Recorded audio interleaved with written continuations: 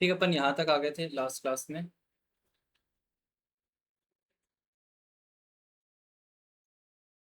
अपने लास्ट में len function तक के देख लिया था। ठीक है, आज अपन बाकी के इनबिल्ट फंक्शन और देखेंगे जो पाइथन में पहले से ही बने हो, अपन जिनको डायरेक्टली इस्तेमाल कर सकते हैं। जो नेक्स्ट फंक्शन है यहाँ पे वो रहेगा सॉर्टेड फंक्शन।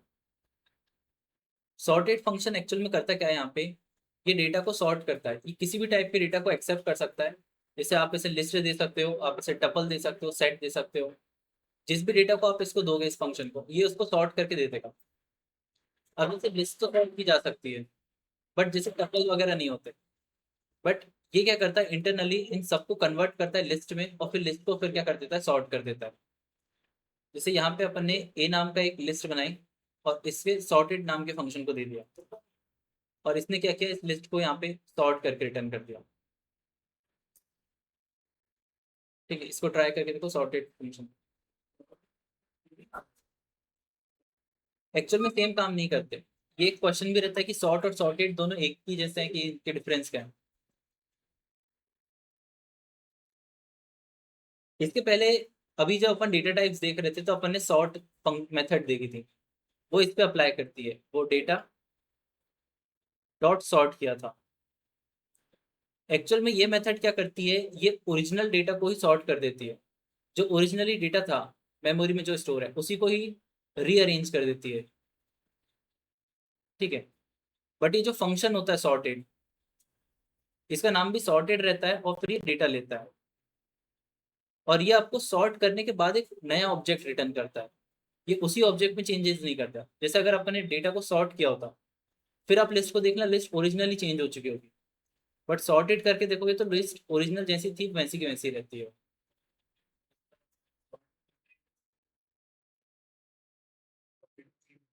हाँ, अगर सॉर्टेड करके स्टोर करोगे तो चेंज आएगा, बट सॉर्टेड एक्चुअल में किसी को चेंज नहीं कर रहा है। इसके बाद आप डेटा को चेक करोगे तो वो डेटा वैसा का वैसे ही मिलेगा। बस ये जब तक इस फंक्शन के अंदर पास हो रहा है तब तक ये वो चेंज मिलेगा। जैसे जैसे करके देखते हैं अपन। ठीक है, ये चेंज हो गया। अपन ने सॉर्टेड वाले को भी प्रिंट करके देख लिया, तो अपने को सॉर्टेड फॉर्म में दिख रहा है। बट उसके अगली लाइन जो अपन प्रिंट कर रहे हैं वो डेटा को प्रिंट कर रहे हैं। अच्छा, डेटा नहीं है यहाँ पे, ये है। तो इसका थर्ड लाइन का जो प्रिंट है वो चेक करके देखो। ओरिजिनल जो बना था 5926, वो ओरिजिनली अभी भी 5926 है। इसको कंट्रोल सी कंट्रोल वी करके अपन देखें।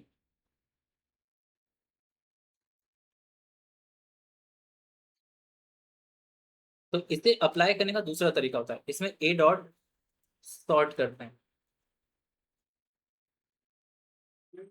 अच्छा, ठीक है, सॉर्टेड ने उसे ओरिजिनली चेंज नहीं किया, बट सॉर्ट उसे ओरिजिनली चेंज कर दिया। ये अंतर रहता है दोनों। हाँ, वो बस को शो कर रहा है कि सॉर्टेड दिखेगा कैसा।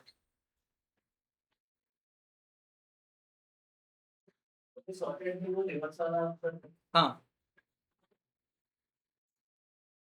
सॉर्टेड में जैसे इसको भी देख लेते हैं। टपल है, तो टपल सॉर्ट नहीं हो सकता। टपल में डॉट सॉर्ट नहीं लगेगी, बट सॉर्टेड फंक्शन इसे सॉर्ट कर सकता है। तो जो रिटर्न देगा उसको आप चेक करके देखो, रिटर्न कैसा दिखता है। रिटर्न उसने एक लिस्ट के फॉर्म में दिया है।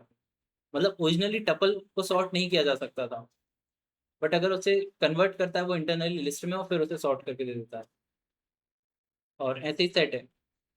सेट को भी आप यहाँ पे सॉर्ट के अंदर पास करोगे तो वो भी वो उसे लिस्ट बना के देगा।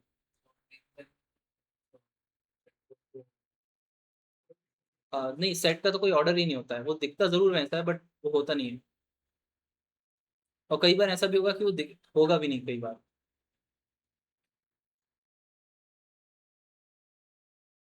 ठीक है, आया सॉर्टेड क्या करता है।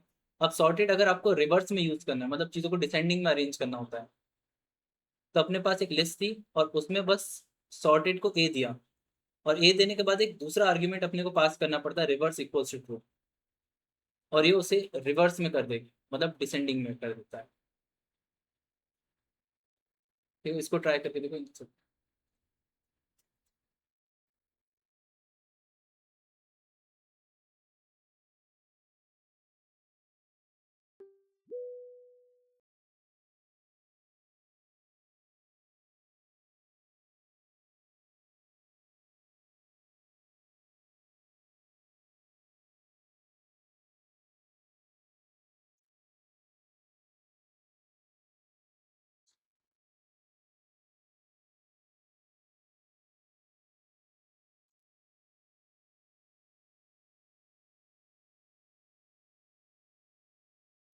बन गया।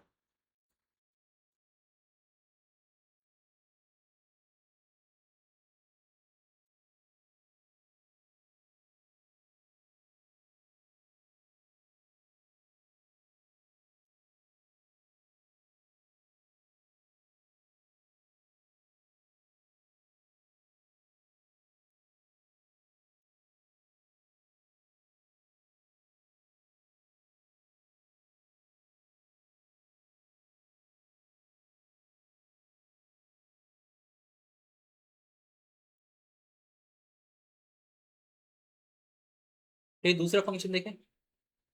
अगला जो नेक्स्ट फंक्शन है जो अपने बहुत यूज में आता है कई बार, ये है जिप फंक्शन। अब जिप बेसिकली, जैसे नॉर्मली आपने जिप देखी होगी, किसी भी बैग वगैरह किसी भी चीज में लगी रहती है, वो दो पार्ट्स को जोड़ देती है। ठीक है। अगर जिप को आप देखो तो वो इस तरीके की है, जैसे यहाँ पे,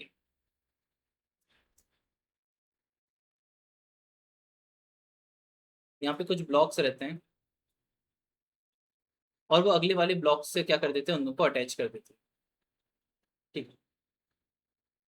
नॉर्मली यहाँ पे भी जिप फंक्शन क्या करता है, जैसे एक नॉर्मल जिप इन दोनों को अटैच कर देती है आपस में, यहाँ पे जिप दो अलग अलग कॉलम्स को अटैच कर देगा। जैसे फॉर एग्जांपल एक लिस्ट है, इस लिस्ट में तीन एलिमेंट्स हैं और दूसरी लिस्ट में भी तीन एलिमेंट हैं, तो ये क्या करेगा, इन दोनों को कंबाइन करके एक टपल बना देगा,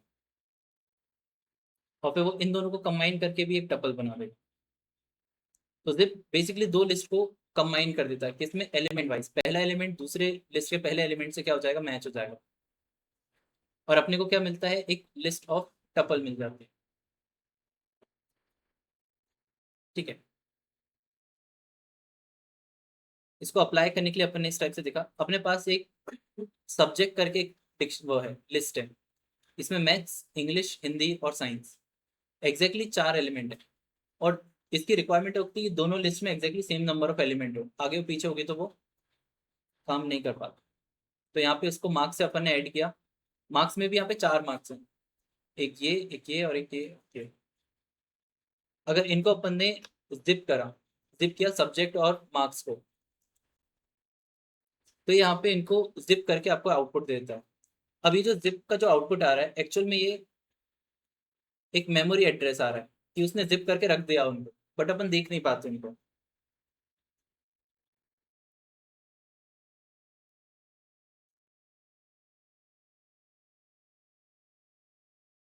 इतना करके देखो आप लोग, कुछ दो नंबर्स को ही कर सकते हो अगर इतना टाइप नहीं करना तो।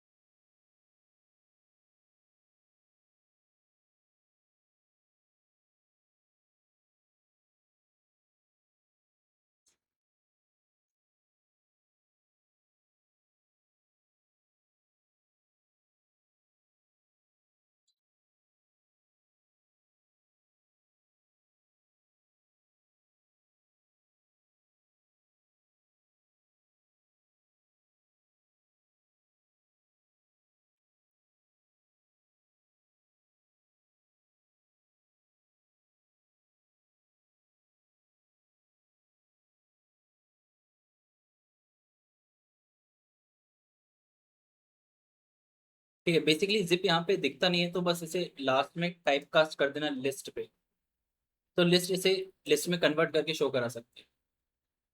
तो यहाँ पे आप देख सकते हो मैथ्स 78 के साथ अटैच हो गया एक टपल के फॉर्म में, इंग्लिश 99 के साथ, और ये बाकी सारे।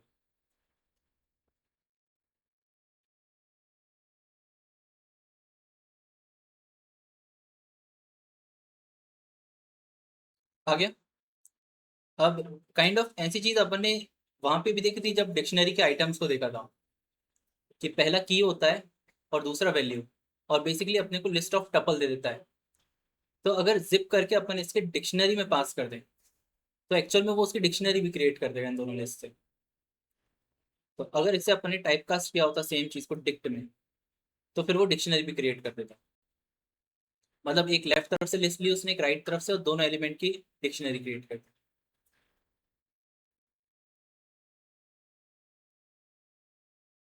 अब यहाँ पे एक नेक्स्ट फंक्शन है लैम्डा फंक्शन, लैम्डा बोलो, map function. But map function अभी अपन कवर नहीं करेंगे, इसको थोड़ा सा आगे के फंक्शन देख लेते हैं उसके बाद।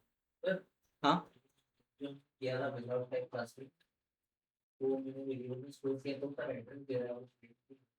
हाँ, वो उसे लिस्ट में कन्वर्ट करना पड़ेगा। हाँ, लिस्ट में कन्वर्ट करने के बाद फिर उसे स्टोर करना कहीं पे, तो फिर वो काम करेगा। अलाउ नहीं, वो अपन यूज तो कर सकते हैं, जैसे फॉर लूप पे यूज करोगे तो काम कर जाएगा वो। बट अगर देखने के पर्पज से अपने को स्टोर करना है तो उसे लिस्ट में टाइप कास्ट करना बेस्ट रहता है फिर। हाँ हाँ, वो बस मेमोरी एड्रेस में उसने बना दिया वहाँ पे, ऐसा रहता है।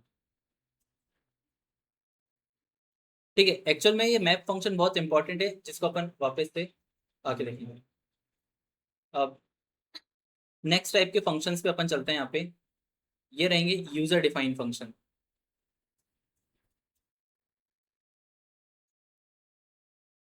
अब यूजर डिफाइंड फंक्शंस कौन से होते हैं? एक ऐसा फंक्शन जो यूजर खुद डिफाइन करता है। फॉर एग्जाम्पल, जैसे इस कोड में अपन ने क्या किया, अपन ने एक फंक्शन खुद बनाया डिस्काउंट नाम का। अब डिस्काउंट में बार बार अपने को क्या करना पड़ता था, डिस्काउंट कैलकुलेट करना करना पड़ता था। कि आपने एक बहुत बड़ा प्रोजेक्ट लिया है, उसमें आपको यहाँ पे डिस्काउंट कैलकुलेट करना पड़ता है, तो आपने पूरा फॉर्मूला लगाते हो यहाँ पे। फिर यहाँ पे भी डिस्काउंट लगाते हो तो पूरा फॉर्मूला खुद से लिखना पड़ता है। तो आपने सोचा कि बार बार इस फंक्शन की जरूरत पड़ती है, तो अपन इसको डिफाइन कर देते हैं। डिफाइन कर देना मतलब कि इस पीस ऑफ कोड को अपन एक नाम के अंदर स्टोर कर देंगे, वो रहेगा डिस्काउंट।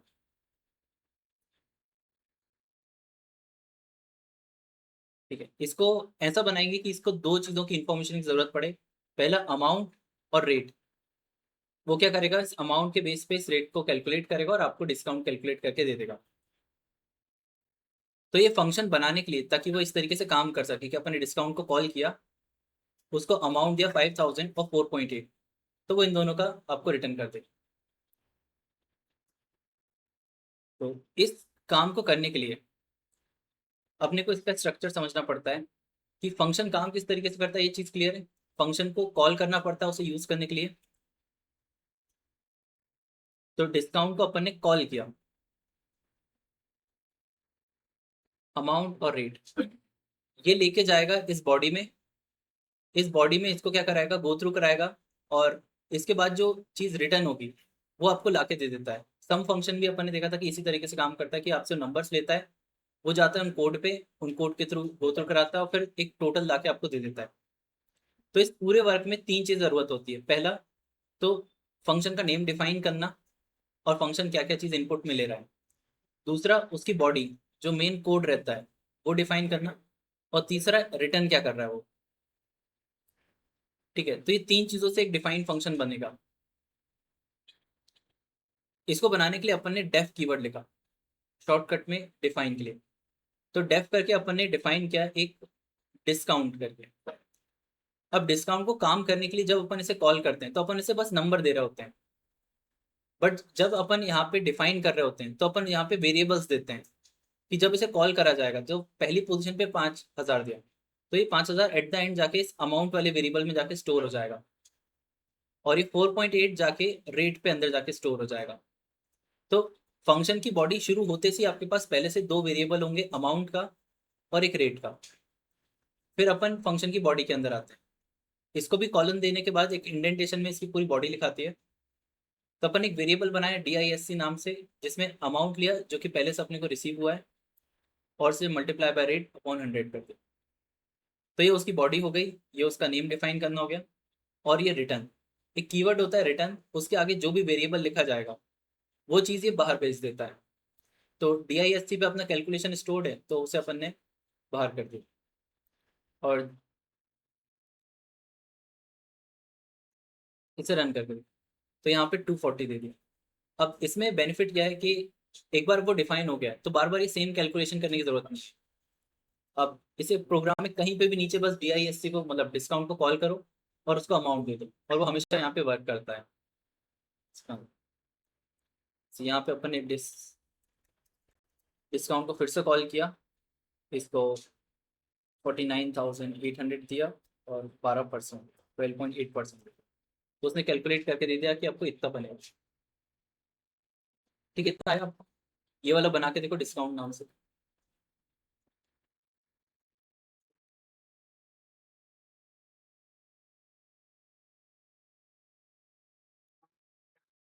डिफाइन किया है तो वो पैसे हाँ,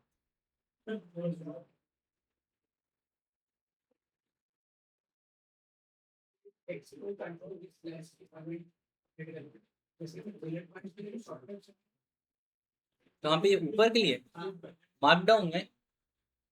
जैसे अगर ये डाटा पहले का तो बुलेट पॉइंट्स के लिए शॉर्टकट मार्कडाउन की एक अलग ही लैंग्वेज है। ठीक है, यहाँ पे अगर आप देखोगे तो सिंपल टेक्स्ट है, बस एक हैशटैग लगा देते हो तो टाइटल हो जाएगा, और डैश लगा के अगर कुछ भी लिखोगे तो बुलेट पॉइंट्स बनते हैं।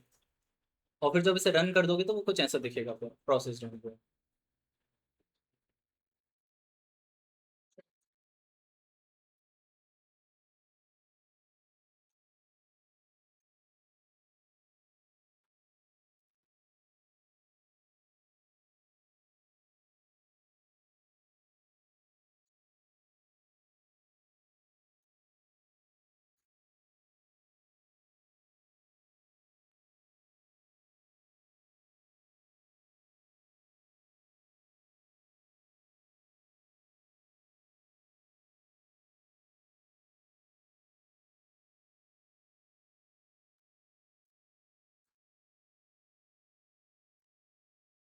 बन गया ये वाला।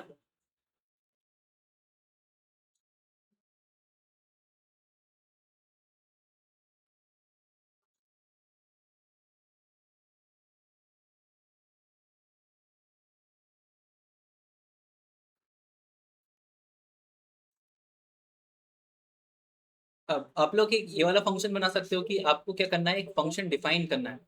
उसका नाम क्या रहेगा? Even odd. Even odd. ये आपसे इनपुट लेगा, मतलब उसको जब डिफाइन करोगे तो उसमें एक नम नाम का वेरिएबल होगा, कि जब इसे कॉल किया जाएगा तो जो अपन ने 5 दिया वो 5 जाके नम में स्टोर होगा। तो इसके आगे की आपको बॉडी ऐसी लिखनी है डिफाइन करके कि वो रिटर्न कीवर्ड में एक टेक्स्ट दे, इवन बट जब इवन हो, और ऑड जब ऑड। तो ये वाला ट्राई कर सकते हो।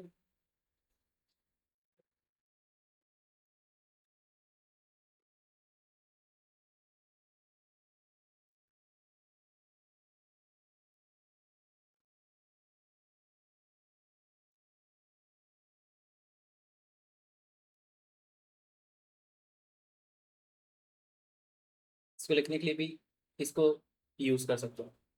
तो डिफाइन आएगा, इसका नाम और वेरिएबल, उसकी बॉडी और रिटर्न।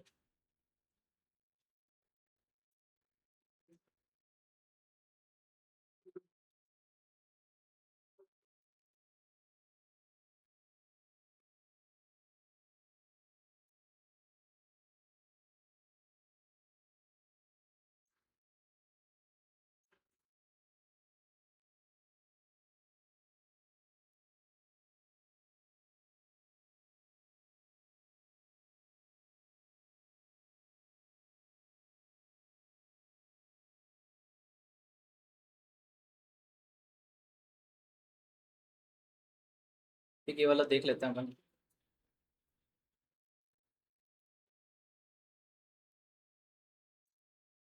अपन ने यहाँ पे क्या किया, इवन ऑड अपन कैसे चेक कर सकते हैं? नॉर्मल इफ कंडीशन से। तो इस प्रोग्राम में अपन कैसे कर सकते हैं, अपन इसे डिफाइन कर सकते हैं इवन एंड ऑड। तो ये फंक्शन का नेम हो जाएगा। नंबर में वो नंबर रिसीव करेगा, और फिर जैसे ही बॉडी में आएगा तो बॉडी में आते से उसको एक इफ एल्स की कंडीशन मिलेगी, कि इफ जो नंबर रिसीव हुआ है क्या वो मॉड टू हुआ, अगर हुआ तो रिटर्न कर देना है इवन को, एल्स रिटर्न कर देना ऑड को। अब ये प्रोग्राम या तो इस लाइन को रन करेगा या तो इस लाइन को, बट जिस भी लाइन को रन करेगा ऑड को, तो ऑड रिटर्न कब होगा? जब वो ऑड नंबर होगा। और इवन वाली लाइन पे तब आएगा जब वो नंबर इवन होगा। तो फिर जब इसे कॉल किया जाएगा इवन ऑड और उसे 6 दिया जाएगा तो वो इवन दे देगा। और जैसे इसे कॉल करते टाइम अपन ने 89 दो, तो फिर वो उसे ऑड कर देगा।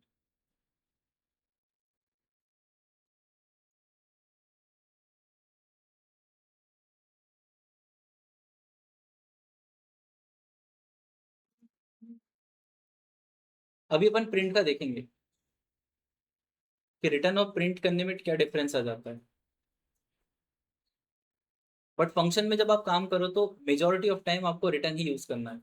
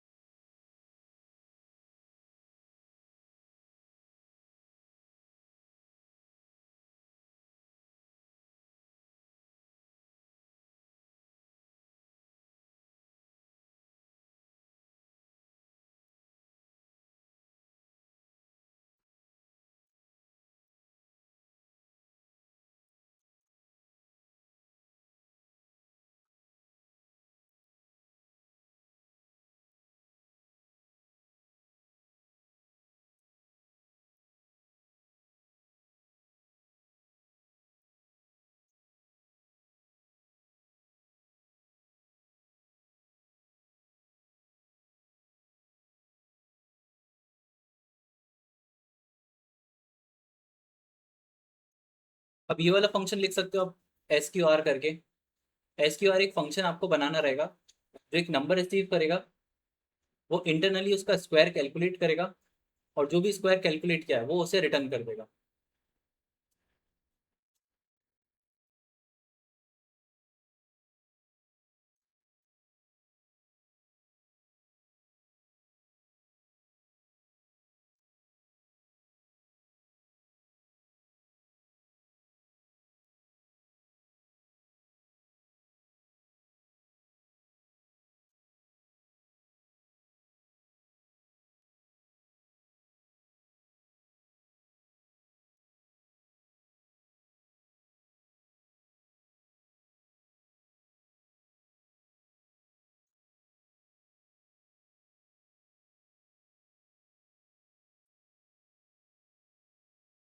बना किसी का।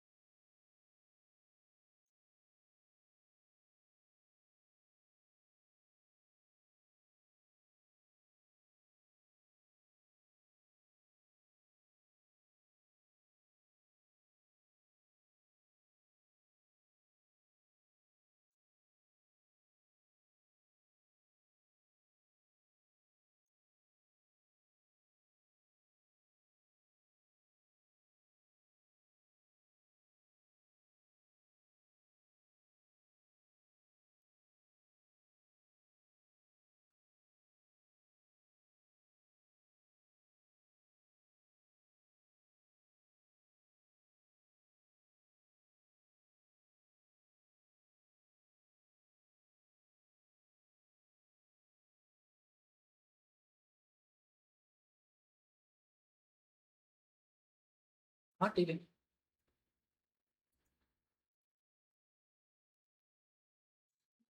क्या दिक्कत आ रही है?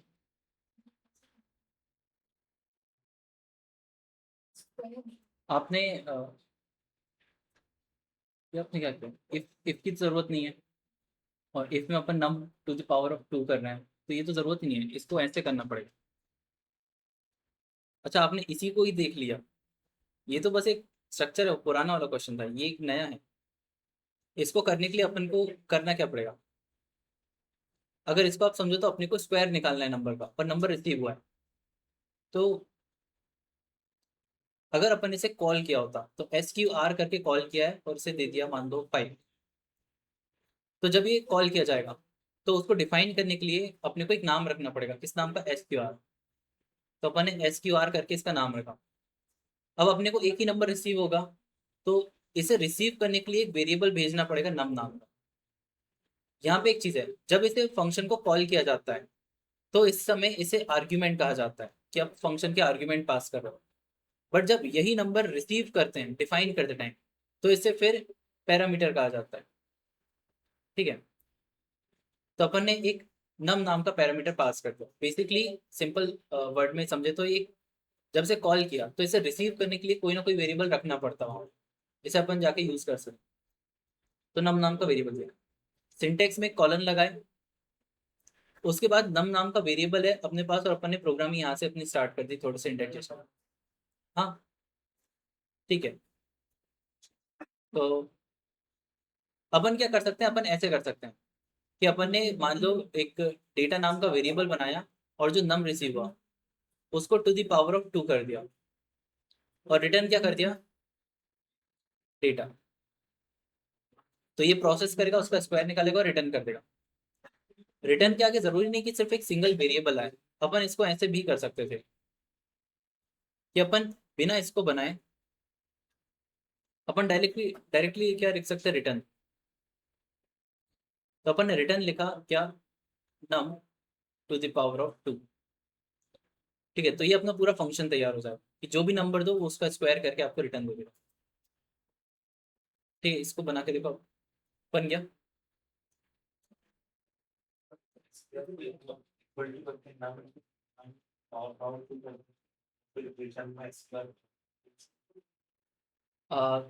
एस क्यू आर जो फंक्शन का नाम रखा है, हालांकि रख तो सकते हो, कोई प्रॉब्लम नहीं होती, बट ये एस क्यू आर एक फंक्शन का नाम है, तो आप खुद कंफ्यूज हो गए। तो वेरिएबल्स के नाम और फंक्शन के नाम थोड़ा डिफरेंट रखना चाहिए। हाँ, आप ऐसा नाम रख सकते हो जैसे एस क्यू आर नाम, तो स्क्वायर्ड नंबर रहेगा। ट्राई कर सकते हो, हालांकि मोस्टली तो नहीं होता, फंक्शन के नाम से नहीं होता। ठीक है, बन गया सबका। एक दूसरा बना सकते हो, इस फंक्शन में आपको टेबल बनाना है। टेबल नाम को कॉल किया और जैसे 5 दिया, तो बस 5 का टेबल प्रिंट कर दे स्क्रीन पे, जैसे 5 10 15। हाँ, ऐसा वाला आ जाए, नहीं तो 5 10 15 20 ऐसा। लिस्ट में हो जाए तो फिर ठीक है, लिस्ट में भी आ जाए तो कोई दिक्कत नहीं, 5 10 15, बस कैसा भी, बस पूरा टेबल आ जाए।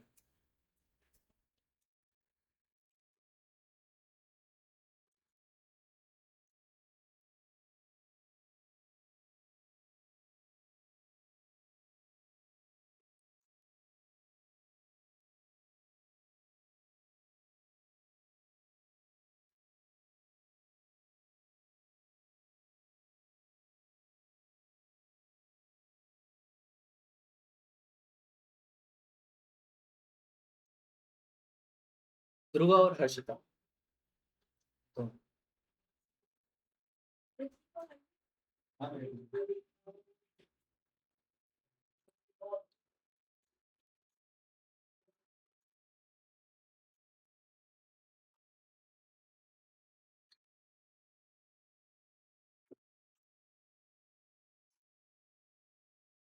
बन गया। और किसी का बना।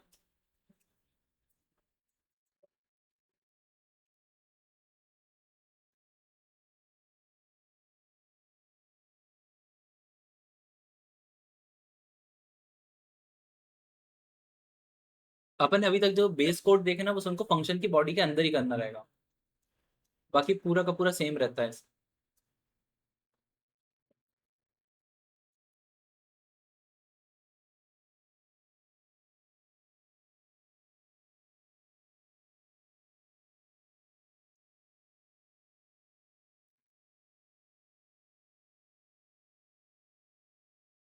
बना किसी का, करके देखें। टेबल कैसे बनाएंगे अपन, लूप का यूज करके, नंबर और आई को मल्टीप्लाई करके। तो इसे अपन करके देखते हैं। अपन ने किया डेफ टेबल, और ये 5 को रिसीव करने के लिए एक नंबर भेजना पड़ेगा वेरिएबल, तो नंबर को भेज दिया।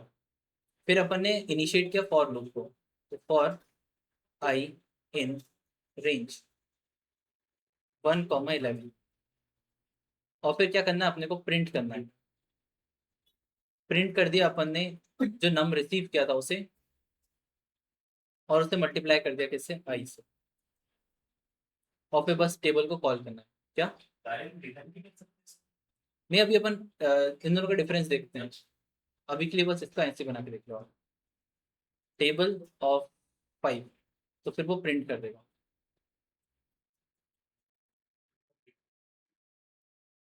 नहीं नहीं, रिटर्न को भी थोड़ा बताना है। बन गया वाला।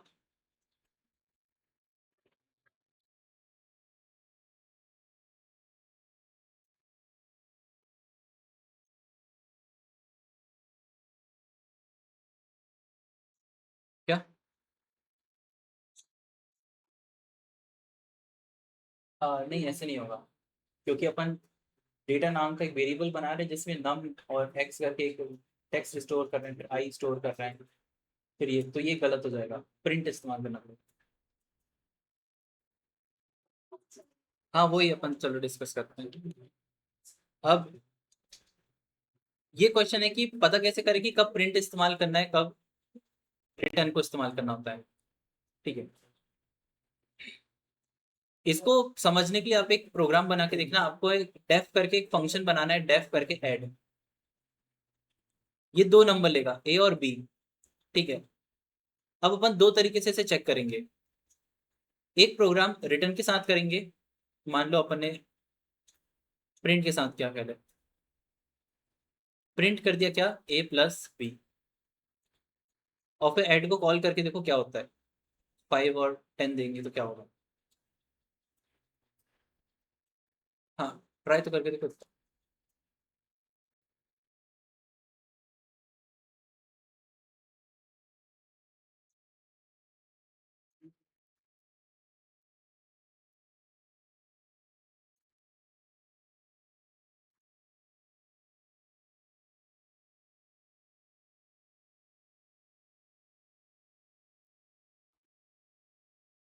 वो फिर कहीं ना कहीं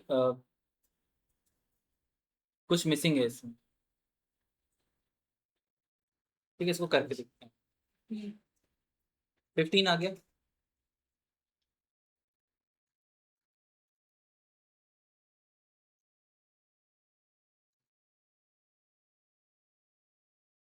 ठीक है, जैसे ये है, ये अपन ने बनाया कि ऐड करके एक नंबर बनाया जो num1 और num2 ले रहा है, और प्रिंट कर रहा है num1 प्लस num2। इसको मैंने कुछ नंबर दे दिए, इसे रन किया तो 146 आ गया।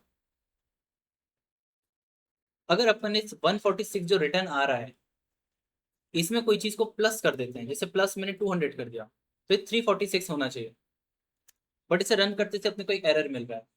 एरर क्या मिल रहा है कि unsupported type operand plus for none type in integer. मतलब ये बोल रहा है कि आप एक नन टाइप और एक इंटीजर को ऐड नहीं कर सकते। तो अपन ने ये वाला वर्ड कहीं देखा था स्टार्टिंग में, नन टाइप क्या होता है। कोई कैरेक्टर होता है स्ट्रिंग की तरह। हाँ, नन कैरेक्टर नन, जो कुछ भी होल्ड नहीं कर रहा है, ऐसा वेरिएबल जो उसके अंदर कुछ भी नहीं हो प्रेजेंट, वो यहाँ पे नन टाइप कहलाता है।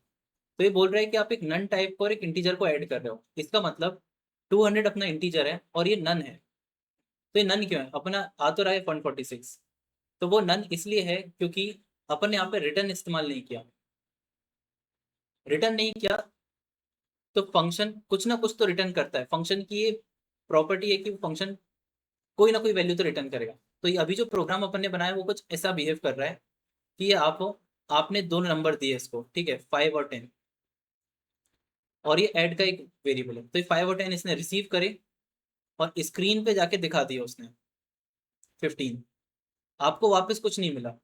अब कुछ नहीं मिला तो function by default null value return करता है। तो इसने बाय डिफॉल्ट सबसे आखिरी वैल्यू 9 क्या रख दी, रिटर्न नन। तो आपको क्या मिला, रिसीव हुआ कुछ भी नहीं। तो अपन एक नन को प्लस करें एक नंबर से, तो आउटपुट कैसा आएगा फिर अपने को, आपको कुछ ऐसा आएगा कि जब एक नन को प्लस किया जाता है एक नंबर से, तो वो आउटपुट एग्जैक्टली सेम देता है। नन टाइप और इंटीजर को आप ऐड करें, तो प्रिंट करने पे क्या होता है, प्रिंट करने पे चीजें स्क्रीन के पास जाती है, ना कि आपके पास आती है। अगर इसी जगह अपन ने रिटर्न का इस्तेमाल किया होता, तो जो टोटल हो रहा है उसका 15 आपको रिसीव होता। जैसे अपन ने यहाँ पे रिटर्न लिखा होता, और रिटर्न में लिखा होता कि ए प्लस बी, तो ये 15 आपको वापस मिल जाता। अब वापस मिल जाता तो फिर आप इसमें कुछ भी ऐड कर सकते हो। तो इसी के कोड को बस थोड़ा सा अपन चेंज करके देखते हैं। जैसे ऊपर अपन ने इसके साथ यूज करके बनाया, इस बार अपन ने क्या लिखा है वहां पे, add num1 num2, return num plus num1 plus num2, और इसमें 56 प्लस 90 किया और उसमें प्लस 20 कर दिया। तो ये क्या हो गया 166। मतलब इसको अपन रीयूज कर सकते हैं, जो चीज रिटर्न हो रही है उसे आगे जाके रीयूज किया जा सकता है, प्रिंट वाली वैल्यू को रीयूज नहीं किया जा सकता। तो ये डिफरेंस आता है।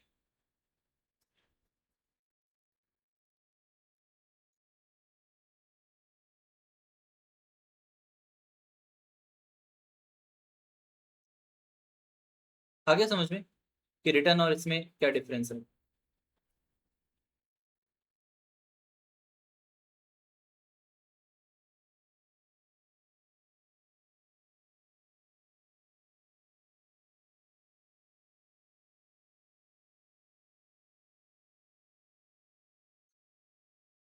अब अपन यहाँ पे वेरिएबल्स देखते हैं कि एक फंक्शन के अंदर वेरिएबल्स कैसे बन सकते हैं। जब भी आप एक फंक्शन बनाते हो तो फंक्शन के अंदर दो टाइप के वेरिएबल मिलेंगे आपको, एक मिलेगा ग्लोबल और एक मिलेगा लोकल। इनमें अंतर क्या है वो पहले अपन एक्सपेरिमेंट करके देखते हैं। ये जो प्रोग्राम है, इस प्रोग्राम को ध्यान से देखना कि अपन एक सबसे पहले तो एक वेरिएबल बनाया ए, इसमें 45 बना दिया। फिर एक फंक्शन डिफाइन किया टेस्ट नाम का, इसमें कोई आर्ग्यूमेंट नहीं है, तो इसको बस डायरेक्टली कॉल करना रहेगा और इसकी बॉडी रन हो जाएगी। टेस्ट नाम के फंक्शन के अंदर एक और वेरिएबल बना है बी। अब अंतर यह है कि ये बाहर बना है और ये फंक्शन की बॉडी के अंदर बना है। अपन ने प्रिंट किया ए जो था ये बाहर बना था और अपन इसके अंदर कॉल कर रहे हैं, यूज कर रहे हैं। बी जो था, बी अभी अंदर ही अंदर बना है और अपन ने इसे यूज किया और फिर लास्ट में इसे प्रिंट कर दिया। तो जब फंक्शन रन हुआ तो 45 भी बना और 20 भी बना। इसका मतलब कहीं ना कहीं मेमोरी में ए भी स्टोर हुआ है और बी भी स्टोर हुआ है। बट अब जब फंक्शन रन हो गया, एंड हो गया इसका सेल, अपन बाद में जाके ए और बी को कॉल करके देखते हैं। तो ए जो था, ए का आउटपुट आ गया 45, बट बी जो था, बी के लिए वो क्या बोल रहा है, बी इज नॉट डिफाइंड। अब ये इसलिए क्यों बोल रहा है कि ए डिफाइन हुआ और बी डिफाइन नहीं हुआ। बट ऐसा नहीं हो सकता क्योंकि बी भी कभी ना कभी डिफाइन हुआ था। वो डिफाइन हुआ तभी तो अपना प्रिंट में जाके 20 दिखा, अगर डिफाइन नहीं होता तो नहीं मिलता। तो ऐसा क्यों हुआ कि ए रह गया और बी डिस्ट्रॉय हो गया। उसका मेन रीजन ये था कि बी जो बना था वो फंक्शन की बॉडी के अंदर बना था। तो फंक्शन की बॉडी के अंदर का जो एनवायरनमेंट होता है वो एक लोकल एनवायरनमेंट होता है। मतलब कि जब तक ये फंक्शन रन हो रहा होगा तब तक के इसके एनवायरनमेंट के अंदर के वेरिएबल रहेंगे, काम कर सकते हो उनपे।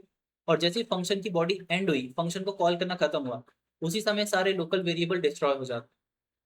तो मेमोरी में बी नाम का जो बना भी था, इसमें 20 स्टोर था, वो फंक्शन एंड होते से डिस्ट्रॉय हो गया। बट ए जो बाहर बना था, बाहर की बॉडी को कहते हैं, बाहर के एनवायरनमेंट को ग्लोबल एनवायरनमेंट। तो ग्लोबल एनवायरनमेंट में जो भी डिफाइन किया जाएगा वो हमेशा रहेगा, चाहे फंक्शन की बॉडी के अंदर हो या फंक्शन की बॉडी के बाहर। तो बस दोनों एनवायरनमेंट का अंतर आता है। इसके अंदर डिफाइन करोगे वेरिएबल तो वो डिस्ट्रॉय हो जाएगा, और बाहर बनाओगे तो वो हमेशा रहेगा। ठीक है, इसको ट्राई करके देखो।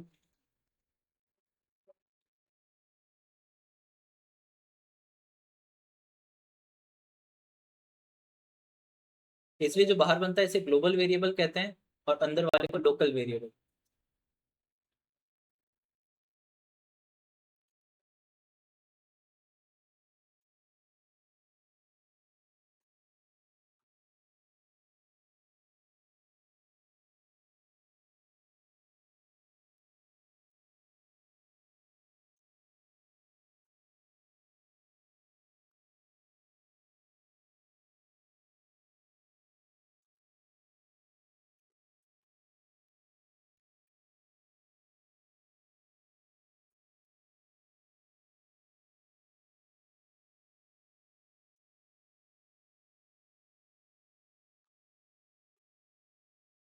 बन गया। हाँ, जो बाहर बनेगा वो ग्लोबल है और जो फंक्शन की बॉडी के अंदर वो लोकल।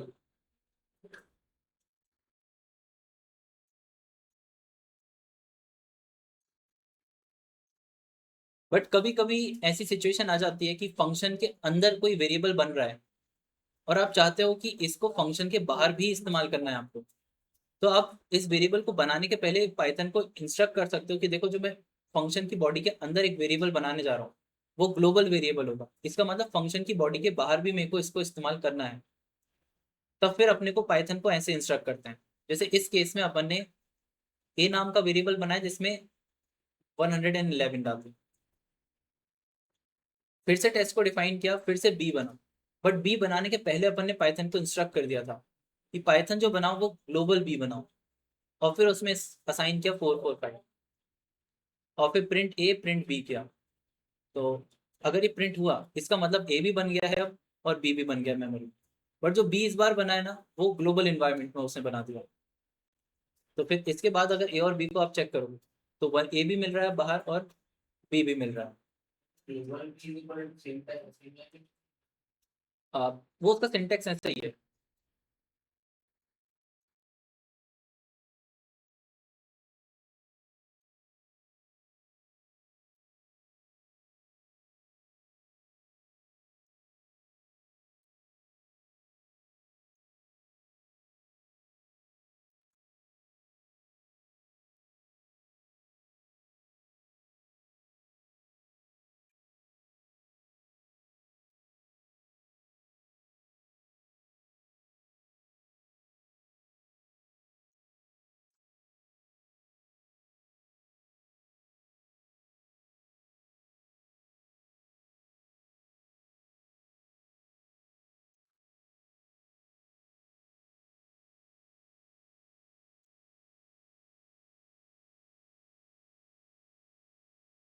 कर लिया।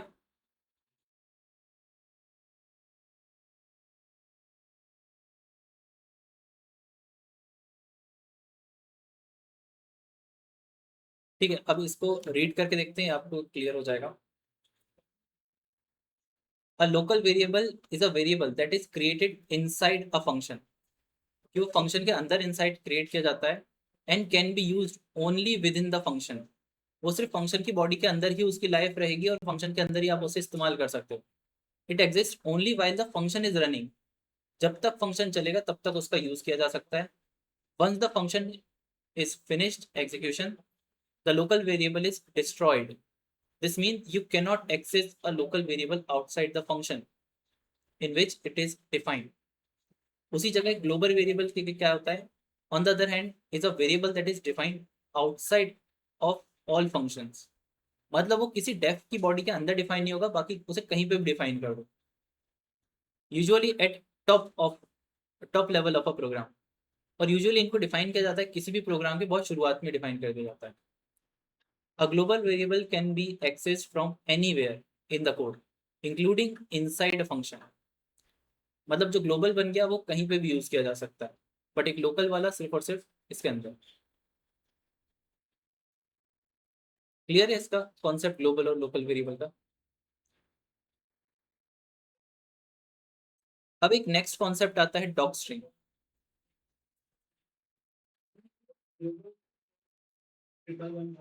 हाँ, अ, ये इसलिए लिखा है कि इसके पहले मैंने ये बोला था कि अगर कभी आपको ऐसी सिचुएशन आती है कि फंक्शन के अंदर जो वेरिएबल बन रहा है उसको आप ग्लोबली एक्सेस करना चाहते हो, मतलब इसको कहीं हो सकता है आगे जाके आपको रीयूज करना हो, तब इससे अपन क्या कर सकते हैं, पाइथन को बता सकते हैं कि जो बी नाम का वेरिएबल बन रहा है उसका फ्यूचर में इस्तेमाल करोगे, इसलिए उसे ग्लोबल वेरिएबल में बना दे। इसलिए अपन उसे पहले इंस्ट्रक्ट करते हैं कि ग्लोबल बनाना है बी को, और फिर बी में कोई वेरिएबल को डिफाइन, मतलब डेटा को डिफाइन करते हैं। ठीक है,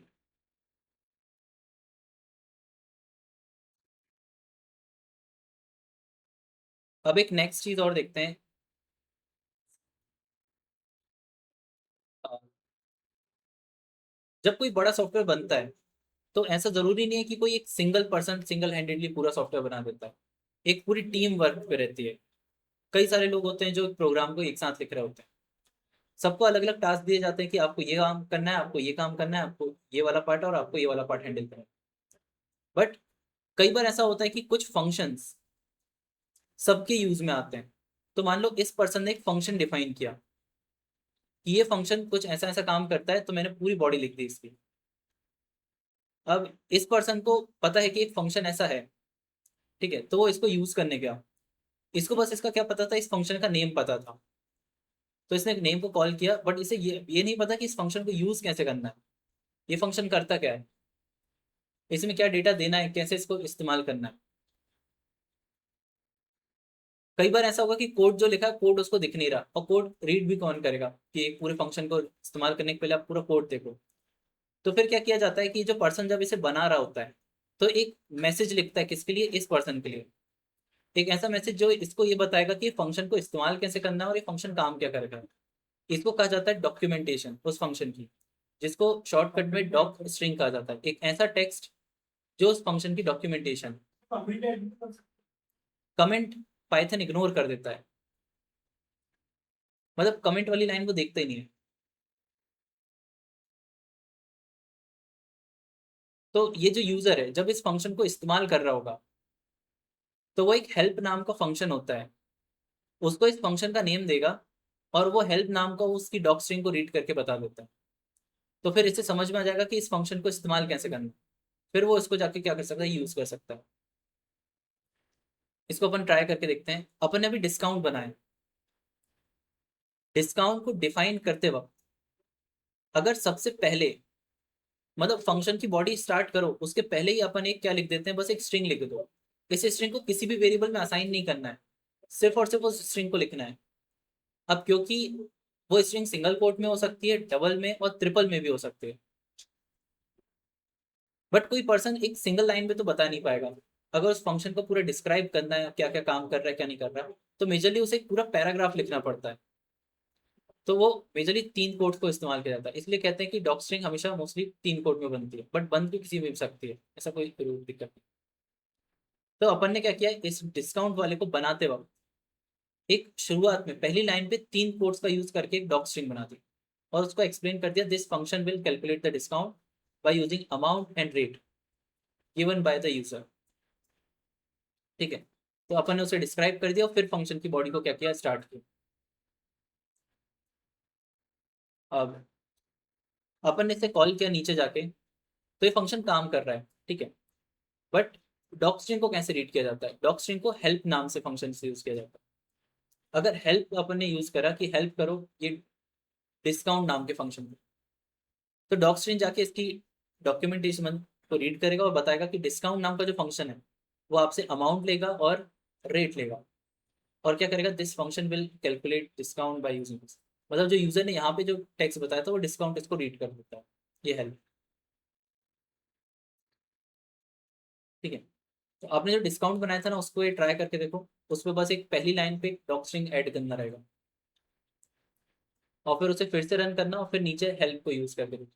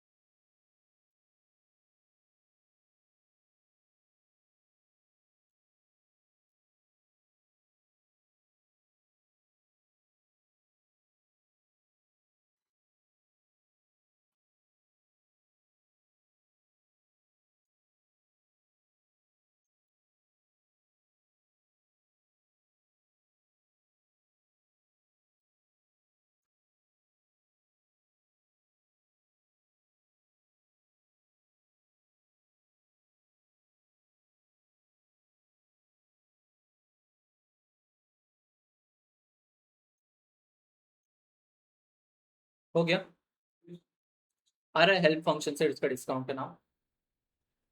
ठीक है, तो ये बेस्ट प्रैक्टिस होती है कि जब भी कोई फंक्शन डिफाइन करो तो प्रॉपरली उसका एक डिस्क्रिप्शन भी रहे, कि वो फंक्शन में कौन कौन से आर्ग्यूमेंट लेंगे, कौन कौन सा वैलिड डेटा उसको दे सकते हैं, तो ये सब। अब इसका एक दूसरा तरीका भी है ये, बट ये इतना ज़्यादा इस्तेमाल नहीं करता कोई, डिस्काउंट डॉट 2 बार अंडरस्कोर डॉक और 2 बार अंडरस्कोर, तो ये भी डॉक स्ट्रिंग रीड कर लेता है।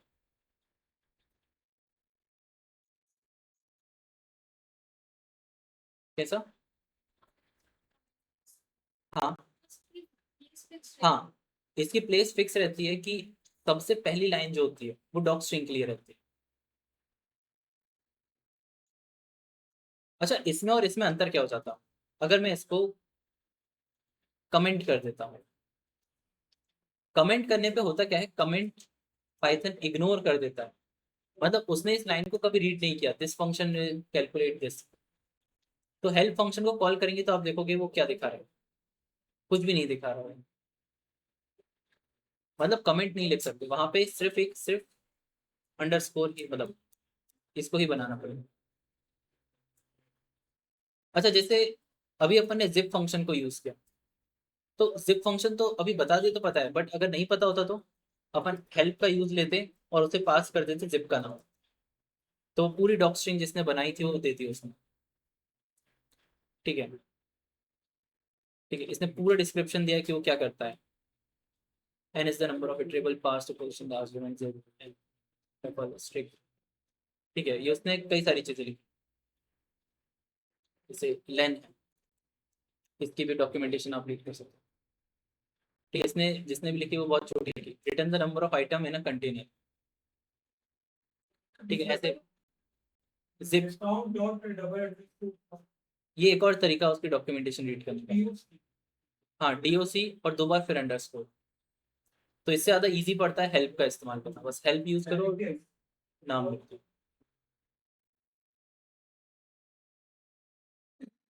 जैसे हेल्प में जब बनाया गया इसको, तो इसकी पहली लाइन में ये सब लिखा था, इसमें आप सेपरेटर देख सकते हो, बाय डिफॉल्ट क्या था, स्पेस, एंड क्या था बाय डिफॉल्ट स्लैश। तो ये चीज हर एक चीज बता देता है। ठीक है, अभी के लिए बस अपन इतना ही देखते हैं, और नेक्स्ट क्लास में फंक्शन के और आगे तक के देखेंगे। अभी तक कोई डाउट तो नहीं किसी में?